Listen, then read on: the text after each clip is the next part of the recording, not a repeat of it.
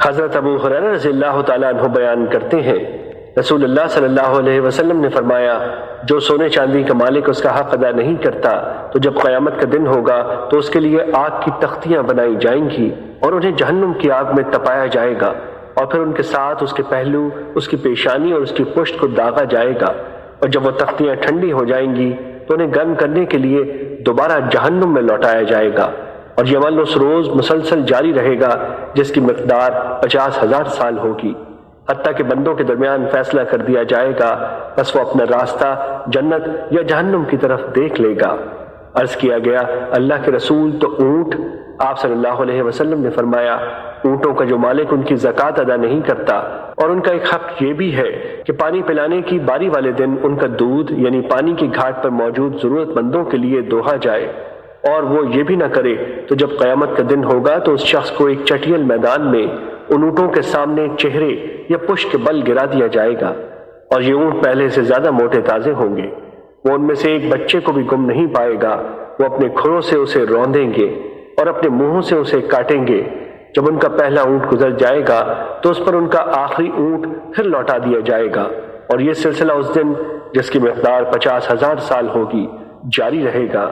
حتیٰ کہ بندوں کے درمیان فیصلہ کر دیا جائے گا، بس وہ اپنی راہ دیکھ لے گا جنت کی طرف یا جہنم کی طرف۔ عرض کیا گیا، اللہ کے رسول تو گائے اور بکری؟ آپ صلی اللہ علیہ وسلم نے فرمایا،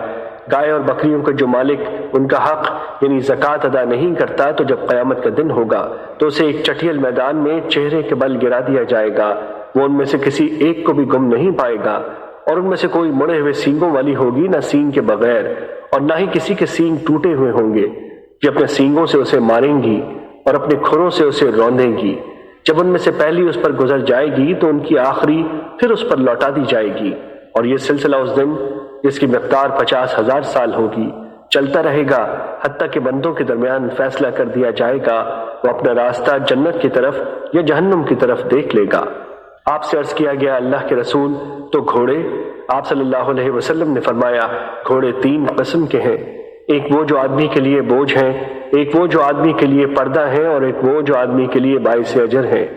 رہا وہ جو اس کے لیے گناہ ہے، وہ آدمی جس نے ریا، فخر اور اہل اسلام کی دشمنی کی خاطر اسے باندھا تو اس قسم کا گھوڑا اس شخص کے لیے گناہ ہے۔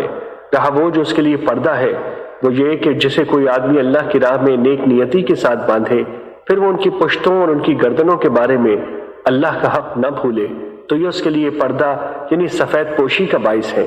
اور رہا وہ گھوڑا جو اس شخص کے لیے باعث اجر ہے، تو یہ وہ ہے جسے آدمی نے اللہ کی راہ میں جہاد کرنے کے لیے اہل اسلام کی خاطر کسی چراگاہ یا کسی باغ میں باندھا، یہ گھوڑا اس چراگاہ یا اس باغ سے جو کچھ کھائے گا تو اس کی کھائی گئی چیز کی مقدار کے برابر اس کے لیے نیکیاں لکھی جائیں گی، اور اگر وہ رسی توڑوا کر 1 یا 2 ٹیلوں پر چڑھتا اور کودتا ہے اور وہ اس دوران جتنے قدم چلتا ہے اور جس قدر لید کرتا ہے تو ان کی تعداد کے مطابق اس شخص کے لیے نیکیاں لکھی جاتی ہیں، اور اگر اس کا مالک اسے کسی نہر سے لے کر گزرے اور وہ اس سے پانی پی لے، حالانکہ وہ اسے پانی پلانا نہیں چاہتا تھا، تو وہ جس قدر پانی پیے گا اللہ اسی قدر اس کے لیے نیکیاں لکھ لے گا۔ عرض کیا گیا، اللہ کے رسول تو گدھے؟ آپ صلی اللہ علیہ وسلم نے فرمایا، گدھوں کے بارے میں اس نادر اور جامع آیت کے علاوہ مجھ پر اور کچھ نازل نہیں کیا گیا، جو کوئی ذرہ برابر نیکی کرے گا تو وہ اسے دیکھ لے گا، اور جو کوئی ذرہ برابر برائی کرے گا تو وہ اسے دیکھ لے گا۔ مشکوٰۃ المصابیح، حدیث نمبر 1773۔